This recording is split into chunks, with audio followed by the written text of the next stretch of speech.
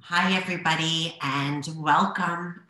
Most of you, I'm very excited about tonight. We have one of my dearest friends and one of the best divorce coaches, mediators, and she's a whole lot of other things, including a podcast host and an author out there. And her name is Paulette Rigo. So I am so excited to have her here today. For those of you who don't know me, I am Sonia. I am one of the founders of Divorcify. I am a divorce attorney, and I'm also divorced myself. One of the missions at Divorcify is to really help people going through divorce and meeting them wherever you are in your process. We want to help you get connected to the right professionals, the right information, and the right resources. So today we bring you one of the best resources out there. Paulette's extensive experience, not only in the divorce world, but also her own personal 8.5-year litigated and appellate experience with her own divorce. So 8.5 years. She has extensive knowledge. She gets it. And she is one of the best out there to really help you. And today she is talking to us about the 12 worst divorce mistakes that women make. Divorce is utterly confusing. It's overwhelming. And all of those things combined really lead to one thing: making bad decisions. And she is here today to help you avoid making those 12 worst mistakes that women make in divorce. So Paulette, my dear, welcome. Thank you, Sonia. It's such an honor to be here. When I first met you a few years ago, I just could not believe the depth of knowledge and the integrity that you hold in your tiny little body and your big heart. So it was an honor and always will be to call you a peer, a mentor, a friend, and I commend you and Casey and Tolly what you have created in Divorcify. It is so needed because you need support and community and tools to get through the journey. I myself, when I embarked on my own divorce journey, had none of that. And let's just say I screwed up royally. Anytime I am asked by someone who's embarking on the beginning of the journey, like, where do I start? What do I do? I'm overwhelmed. The list of emotions is not usually just overwhelmed. It's a very long one, and it's really easy to make a lot of mistakes. So through that, I've been collating and organizing, not really because I wanted to, but because I was witnessing the mistakes that women were making. And I don't mean to pick on women, ladies, like, hey, I'm one of them, like, join the club. But we tend to be the person that files for divorce. 70% of divorce is filed by women. Sure, that's not always, a standard amount. It might differ per country and per state a bit, but that's a pretty standard number. And because of that, when women are the drivers of the car and the initiators, they tend to feel more regret and guilt and tend to act out of emotion and not necessarily pragmatic, practical, mindset. Is a little bit reactive instead of proactive. So I think tonight's presentation is going to be simple, easy, focused direction.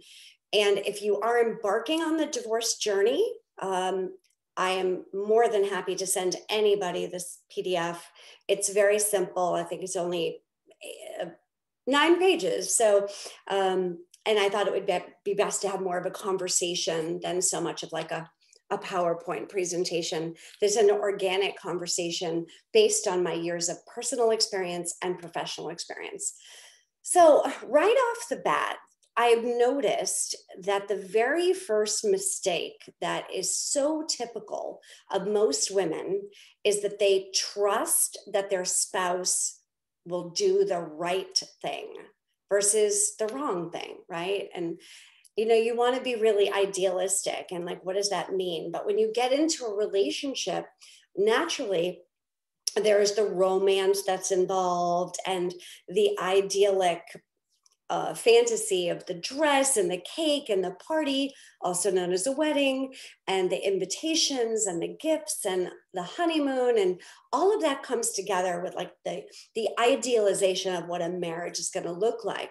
And when things, and you start to trust each other because, well, you're married now. He's no longer your boyfriend. He's no longer your fiance. He's your husband. And it's natural to want to trust your husband, your partner. But when the conversation shifts to divorce, things change. And I know you married for love, like I did too. And love is supposed to conquer all and last forever. And you trust each other to always have each other's back and always do the right thing.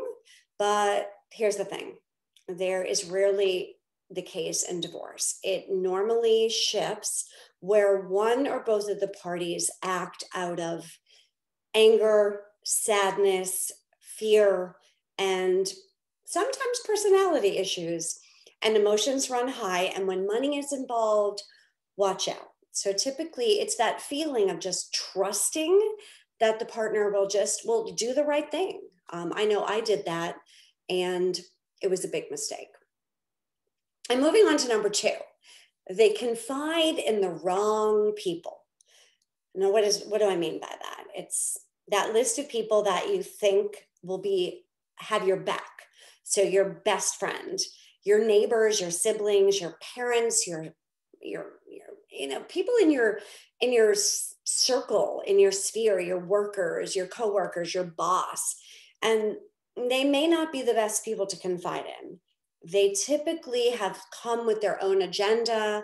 They'll typically come with their own feelings and thoughts and their own personal experiences of what divorce should look like. Maybe they've had a bad experience. Maybe their family, somebody in their family's had a bad experience. And typically when you confide in the wrong people, it comes back to bite you. So I advise you, don't go there. Don't confide in the wrong people. And knowing who the right people are, no, that takes some time, and really seeking out some person in your life that has the integrity to really honor your privacy and your confidentiality, and engaging in a relationship with a professional in which sacred space, everything goes there. So be careful. Be careful not to confide in the wrong people. And number 3, hiring the wrong attorney. You may or may not need an attorney. Most people need one at some point in the decision, whether that be a mediation or a collaborative process, even arbitration, and definitely litigation. I love attorneys. Some of my best friends are attorneys. But hiring the wrong attorney can be a costly, expensive, lengthy mistake. And even if you don't need to engage in litigation, you will need an experienced attorney to look over the agreement, to be certain that nothing has been overlooked and you understand everything in the agreement. And matching your legal needs with your understanding of your emotional needs are 2 separate entities. Making sure that the demeanor of the attorney matches your own personality is important too. Meaning if you're the person that expects really prompt response and your attorney is a little bit more laissez-faire, laid back, it's not going to be a great decision to work with them.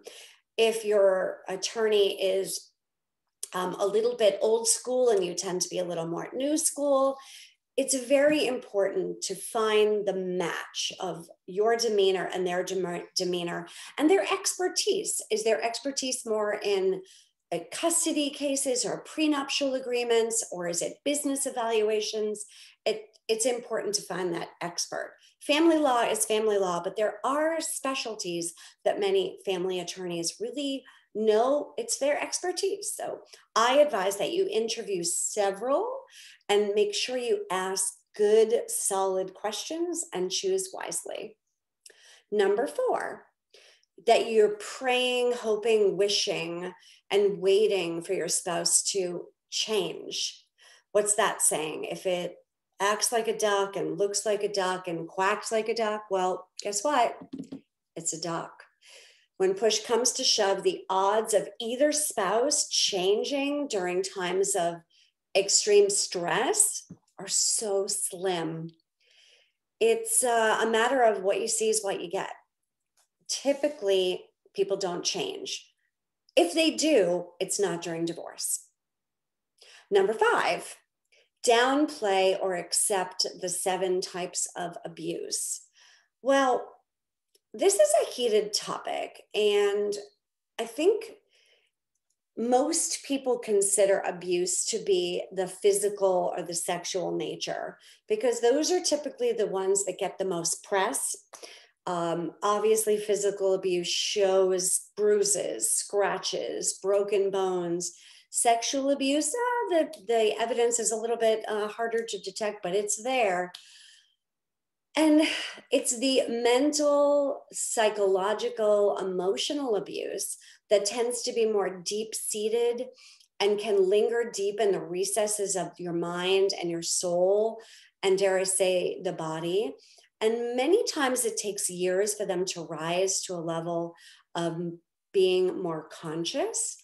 Those are the negative parts when you say, they didn't mean it, or he'll change, or gosh, maybe it was me. And I'm getting a little bit more into the different types of what that might look like.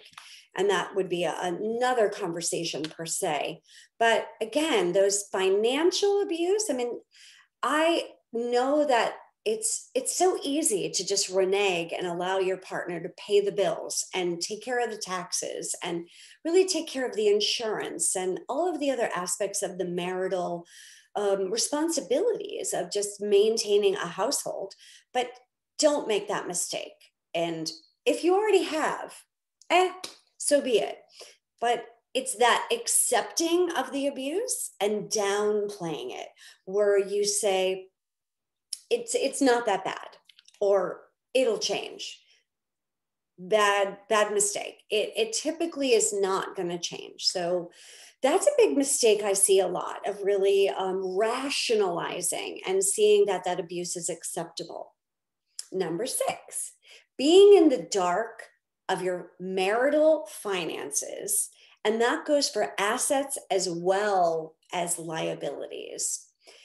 You know, they say ignorance is bliss, but when it comes to your finances, it is so not true.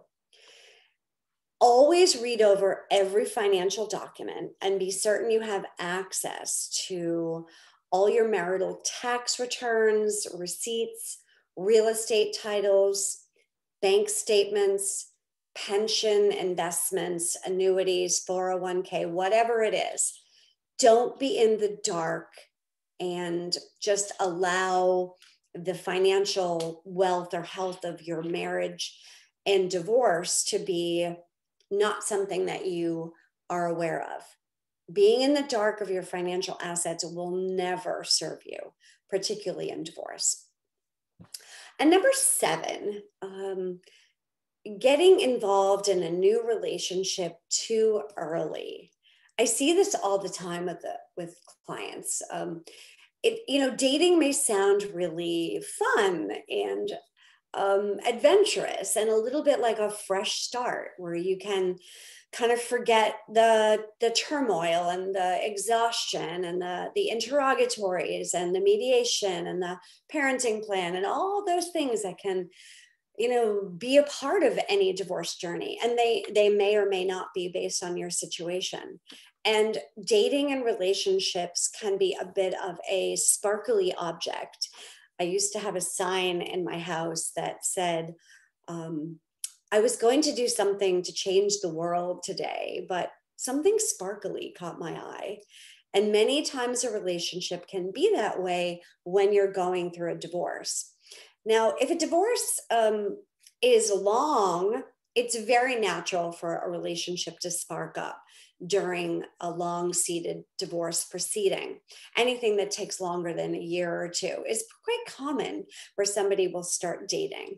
But if the divorce proceedings are slow or short, or short and not really taking up too much, and they jump right into a new relationship, it's not always a great decision. So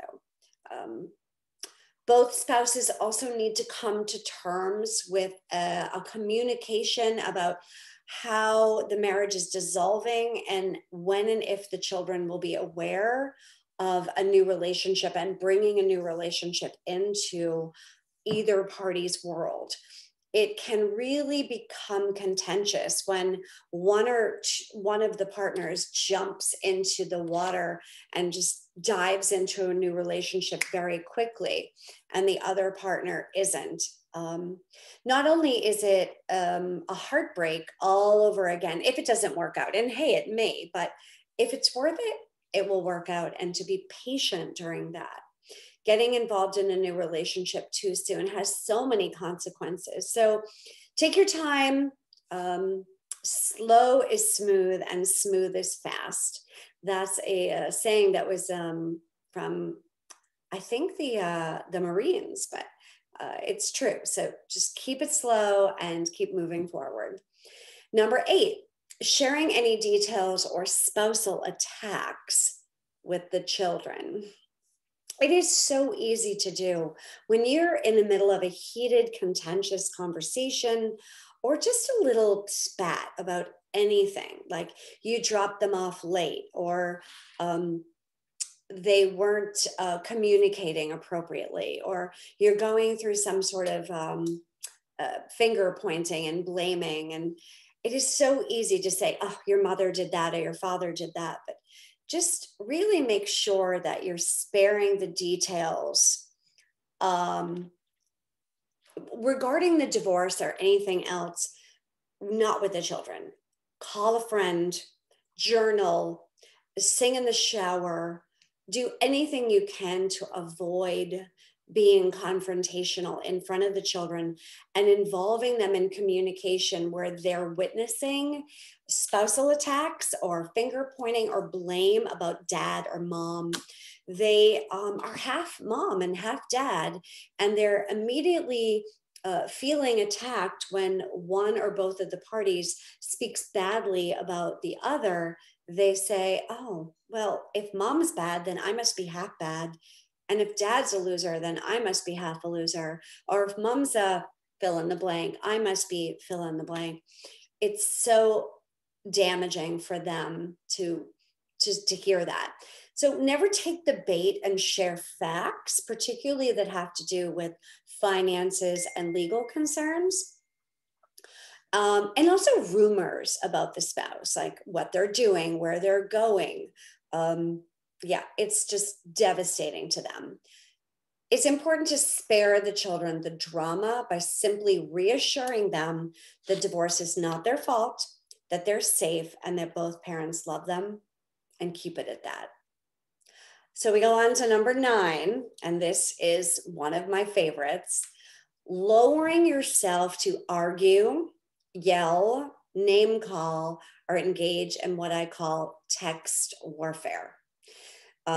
It's so easy. Back when I was going through my journey, texting wasn't quite as commonplace as it is now, although it was getting to be. It was like 2007, 8, 9, 10, 11, 12. It was a long divorce. So, and I want you all to know that so much evidence in a divorce proceeding, even if it's amicable and there's a little bit of things to work on, come from social media and texting. It is not something that you want to engage in. And it's so easy to fall into the trap of retaliating when it seems so innocent, right? Right, ladies? You just pick up your phone and you look at the text and you go, really? Did he just say that to me? And you immediately, choreograph in your mind a reaction. And you think, or you ask a friend, or you're like, how should I respond to this? Or even worse, you just emotionally vomit and just start engaging. And the emotional vomiting via your thumbs on your phone It's so easy to retaliate when people criticize you, lie to you, disregard you, and manipulate you. I'm not saying everyone does that, but if they do, how easy is it for you to just jump on that? So let it go with grace. I know it's hard. Find the courage and strength to rise above reacting. I call texting Satan. I used to call soda Satan, soda and texting. Number 10, I feel like David, what's his name? It'll come to me, right? Throwing in the towel on any outcome just to be done with it. It's so easy to just want to give up and say, I am so over this. And yes, you both really want the divorce to be fast, right? And efficient and painless. Well, I've not met too many people where divorces were fast, efficient, and painless. Chances are it just won't be. And this is the time in your life where you have to completely identify and commit to revisiting persistence, patience, and perseverance. The reason they all start with the letter P, so you can remember them. Again, patience, persistence, and perseverance, and they're your best friend. If you have to take an index card and write those 3 words out and tape it all over the house, anytime you feel like you just want to give up, it's a great reminder to know this too shall pass. I will get through this. I am worthy of the process. And just knowing that throwing in the towel and just giving up is not usually in your best interest. Number 11, thinking that social media is your best friend and harmless fun. Well, it's not. And I'm not saying social media is bad. I'm not saying it's good. It just is. And every year there are more and more forms of social media. Back when it was, MySpace and instant messaging and Yahoo, it was kind of innocuous. Not now. It is commonplace. And, divorce occurs, I think 50% of divorces between the 4th year and the 8th year of marriage, which means it's usually when people are young, and the younger they are, 20s, 30s, 40s, that they're experiencing the journey of divorce, they don't consider that social media is out of the norm. It's how they communicate. It's how they share life experiences. It's how they celebrate life's ups and downs and where they went and what they did. But in the unique setting of a divorce, it is not a wise thing. The statistics recently have been social media is only second to texting. 85% of divorce evidence comes from social media, and it never is a good, it's not always good. So when in doubt, maybe even consider deleting your social media accounts and rise to the temptation to sneak a peek at your ex. And when it comes to stalking, that's another conversation, but it's not going to shine a light positively on you. Let it go. Once you make the decision to divorce, unless it comes to the safety and well-being of your children, you need your privacy. You deserve your privacy. They need their privacy, and they deserve their privacy. I had a conversation earlier today about automatically, is it a decision to block or delete your ex from your social media accounts? I think it's an individual personal decision, but it's something you shouldn't consider. Is it possible to maintain friends? That may be a whole nother conversation too. But during the procedures, I suggest that you really understand that all forms of social media are not your friend. And lastly, number 12, ruining your health and your well-being as a result of mismanaging the stress, the anger, the fear, sadness, and overwhelm, and probably 9 other words that you want to throw in there during the divorce. You know, it's inevitable that at some point during the divorce proceedings, whether you're contemplating divorce and you're at the very beginning of the journey, and you're still really managing the emotional part of should I or shouldn't I, and understanding that, wow, this is forever. This is going to change the complete future, the trajectory and the outcome of my life and my children's life and my spouse's life. Once you get through that initial stage of the contemplating and you move on to the process, and there's so many different manners in which that divorce can occur. There's different ways in which people can divorce. It's always filled with a rocky road of emotions. So you have this emotional journey, you have the financial journey, and you have the practical journey of where are we going to live and who's going to stay in the house? Do we sell the house? And do we wait until the children are out of high school to consider selling the house? Who knows? Of course, then there's the concept of nesting where the kids stay in the middle and people go back and forth. Whatever route you pick, it's always going to be filled with emotion. And practicing the art of what I call the art of extreme self-care begins the moment you embark on the divorce journey. It doesn't start when you file. It doesn't start when you're done. It starts the minute that you have that feeling, that emotion of this is just not going to last. It's not sustainable for whatever reasons you're personally going through. And when you're going through the divorce journey now, this moment in time is all that matters. It now is really the only time that you have. And the future wellness that you embark on really depends on your happiness. It's never worth it. So what happens a lot of time is the sleep goes to hell, right? There's just the sleep patterns get destroyed. We either overeat or undereat. We rely on gossip and negative input where other people's mitigating outside influences can emotionally really harbor feelings that are damaging to us. Whatever role in which your emotional and physical emotional well-being takes place, it is never worth ruining your health over divorce. I've also seen many people get ill. If they're borderline on an illness, the illness sparks up, whether that be diabetes, heart disease, weight gain, whatever. And it can be just an emotional journey too. So prioritize your health. Now is the time to really calendar when you're going to go to bed, when you're going to get up, when you're going to take care of yourself, and stick to it.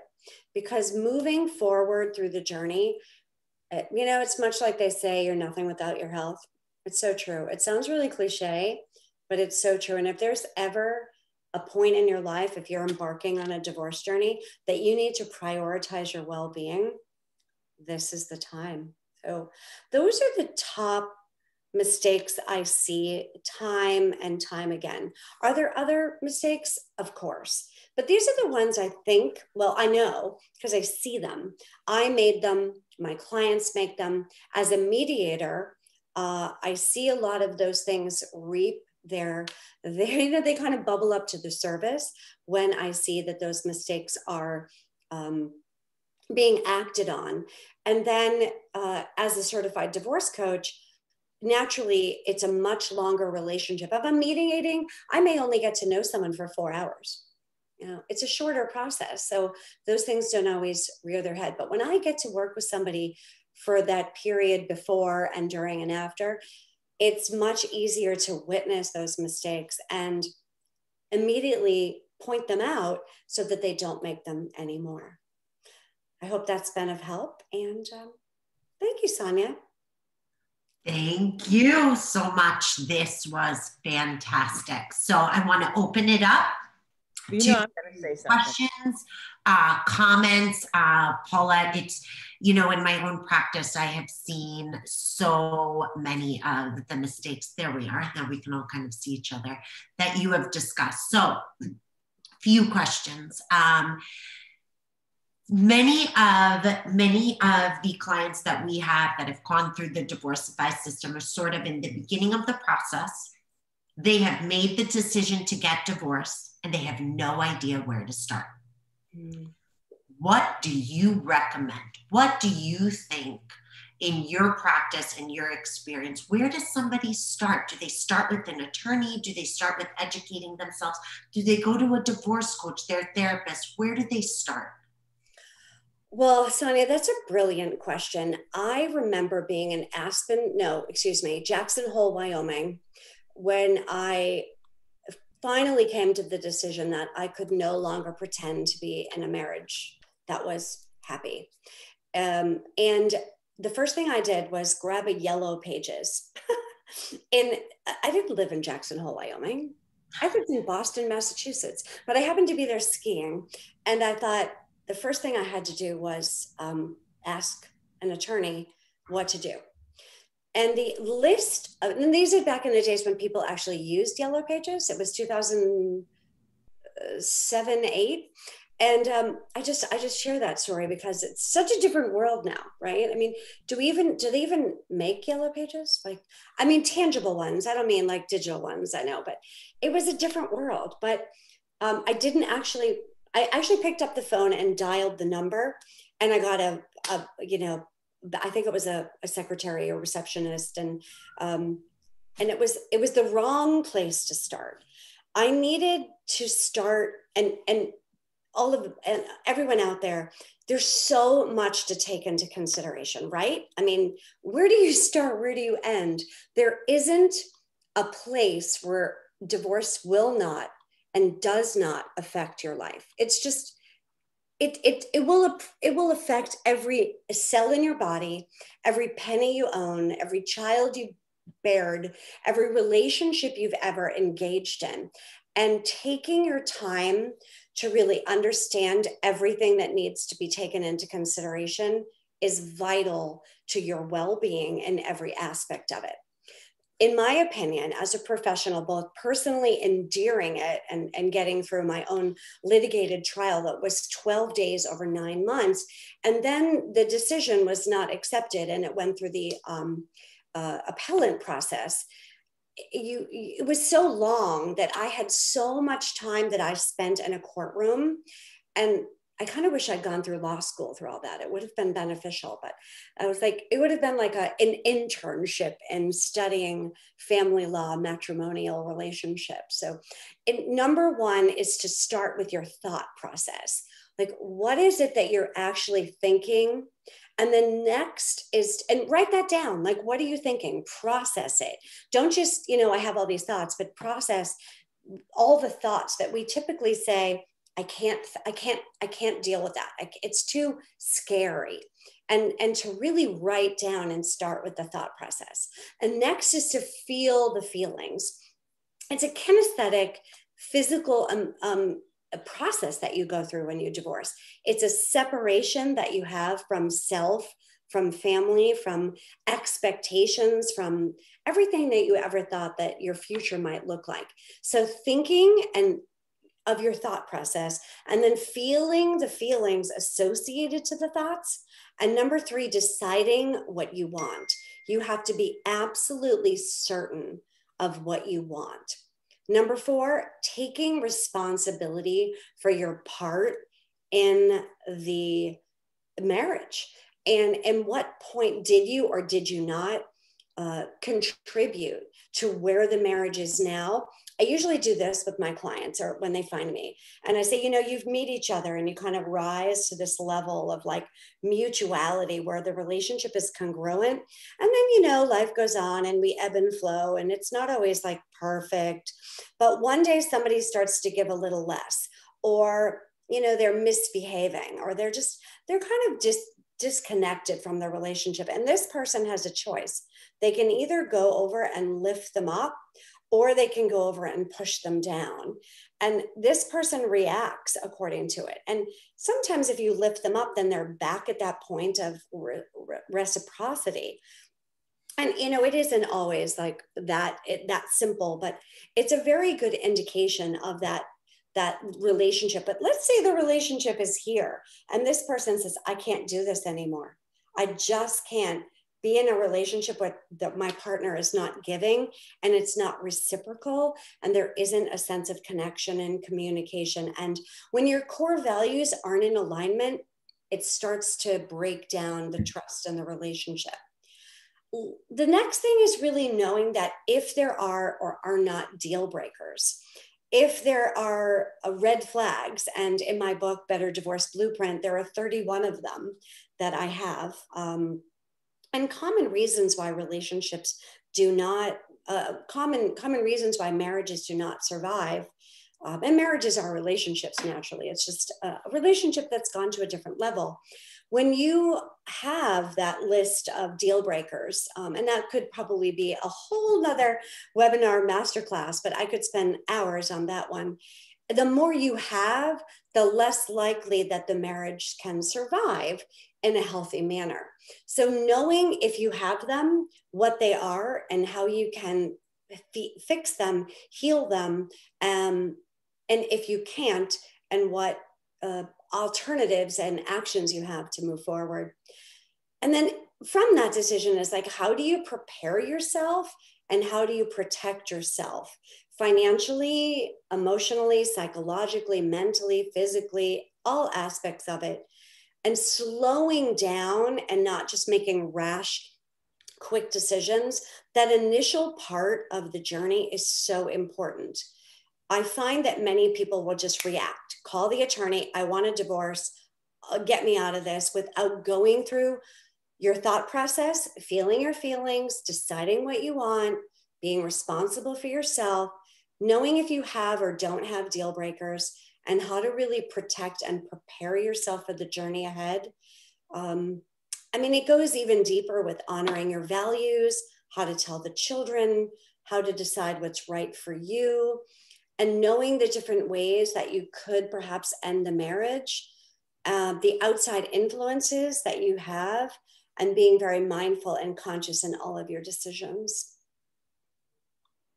That's how we want to start. Perfectly said. So since we have you here, and there's going to be many people that are going to watch this recording, Paulette, can you explain to us what your role as a divorce coach is? What is a divorce coach? How does somebody know they need a divorce coach? What's the difference between a divorce coach and a mental health professional? That's a brilliant question, Sonia. Thank you. I get that a lot, but not enough. And it starts when the journey of the internal dialogue starts of confusion and overwhelm. Think about embarking on any major life change alone without a thinking partner and a resource and an expert to hold your hand, like literally and figuratively. And I know holding hands right now is not as common as it used to be, but you know what I mean? I wish I, could jump through the screens of everybody and say, I'm here with you. But imagine embarking on any major life decision alone. In my opinion, it's terrifying. And it's so easy to make rash, quick decisions that are not in your best interest. So the difference between a divorce coach, particularly one that has had the personal experience, the professional experience, and the education and training behind it, is knowing that they have your back. They're going to walk through the fire with you and be your cheerleader, your advocate, your coach, as in like a sports coach would be too, and be that person that will really unconditionally have your back. They are a thinking partner and somebody that you can bounce questions off of, get your questions answered. And if they don't know the answer, I'm the first to say, I don't know the answer to that, but I know someone that does. Now, there's a bridge between the legal realm of the journey of divorce, and I don't give legal advice, although my attorney, when I went through my own litigated case, so many people reached out to me because my case became really well known, like lucky me. And my phone rang a lot and I got letters and my doorbell rang and saying like, gosh, I heard about you. Like, I need help. Can you help me? And I remember calling my attorney and saying like, not right away, but a little bit into it, saying, should I go to law school? And he was like, you'd be one hell of a litigator. You should probably consider it. And I think I cursed at him and said, nope. But that's where I made the decision to kind of focus. And I don't do anything half. I'm a deep learner and a constant learner. And I like to make sure that I really dot my I's and cross my T's. But knowing that the breadth of the divorce journey and the depth of it are different. So on one hand, you have the legal side, right? Sonia, that's like your expertise. And then you have the financial part, the CDFAs, the Certified Divorce Lending Professionals. And I see Jen Lawrence, she's a CDFA. Hi, honey.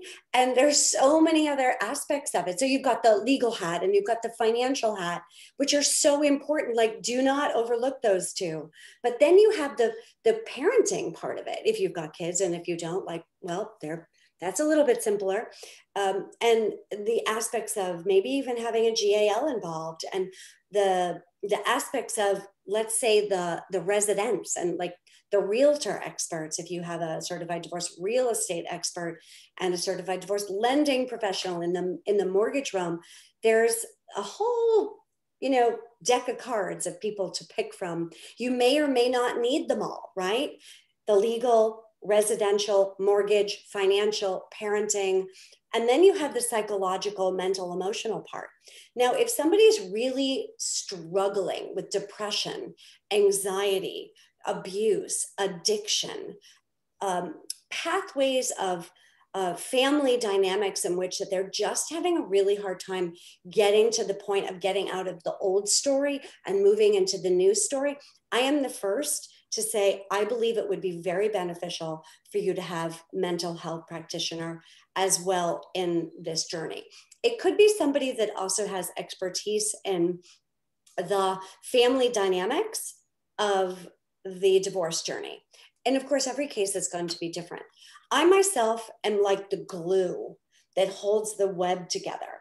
If you imagine a spider web, right? And there's like the core, or the spokes of a wheel. You have the axis and you have these spokes that come out of it. It's like the divorce coach is the center of the spider web. The divorce coach is the core of the spokes of a wheel, or it's like the bullseye of the target. You can use whatever visual or analogy you want, but it's that glue that keeps all of the different parts of the divorce journey moving forward, because there's nothing worse than being stuck. And particularly in the situation that we're in right now, where the courts are a little bit, well, different. And everybody's kind of treading water and not really knowing whether we're ever going to go in court again, actually, like in a building with benches. And, back in the days when people would get their day in court and you'd go to court. Will that ever happen again? I'm assuming it will, but it's a different journey. The divorce picture looks different than it used to when you're going through a hearing, or you have a motion where the judge is present. The divorce picture looks different now. And there's many different aspects of the divorce journey that can get either ignored or overly emphasized. I find that my role is to keep goal-oriented, solution-oriented, and progress-oriented. That's my role, and always being that advocate. My clients, in fact, I just got a text from several of them right now saying sometimes they voice record me, they text me, I'm always inundated with questions, and attorneys don't roll that way, and that's okay. It's a different role that we play. I see myself as that partner that I wish I had, and somebody to have calmed me down, or to motivated me when I got apathetic and lazy, and to let me take a deep breath and tell me that I'm worthy and okay, and I'm going to get through it. Incredible. Any questions from anybody else? I am not going to keep you. This woman has been talking all afternoon, Miss Paulette, to sharing your knowledge with so many people. So I'm going to open it up to any other questions. And if not, then Paulette, please let people know when we send out the recording, we will have Paulette's contact information there. But for anybody else, please let us know, how do people reach you? Oh, Sonia, it's so easy. It's betterdivorceacademy.com. I'm all over social media. I don't know. I'm not obsessed with it because be careful, it's not always your best friend. But I have a podcast called the Thriving in Chaos Project, because that's what divorce is. You have to keep thriving in the chaos. I'm also on Clubhouse Wednesdays at 7, Sundays at 8. So anybody on Clubhouse, I just got off a call before this one. It's an amazing journey to be there of service on the podcast, on Clubhouse. I'm a speaker, a writer, a coach. This is my life's work. I consider it a responsibility, a gift, and an honor to be able to do this work and serve women so that they can get out of all of this and start on their next chapter. I'm blissfully, happily remarried. I'm not anti-marriage. I'm not pro-divorce. I'm not pro-litigation. I am pro making your marriage the best it possibly can be so that you can really live your best life that you deserve and desire. The best, my friend. Love you, all of you, ladies. Keep walking the walk and keep your chin up. Stand tall, shoulders back. You got this. I got your back.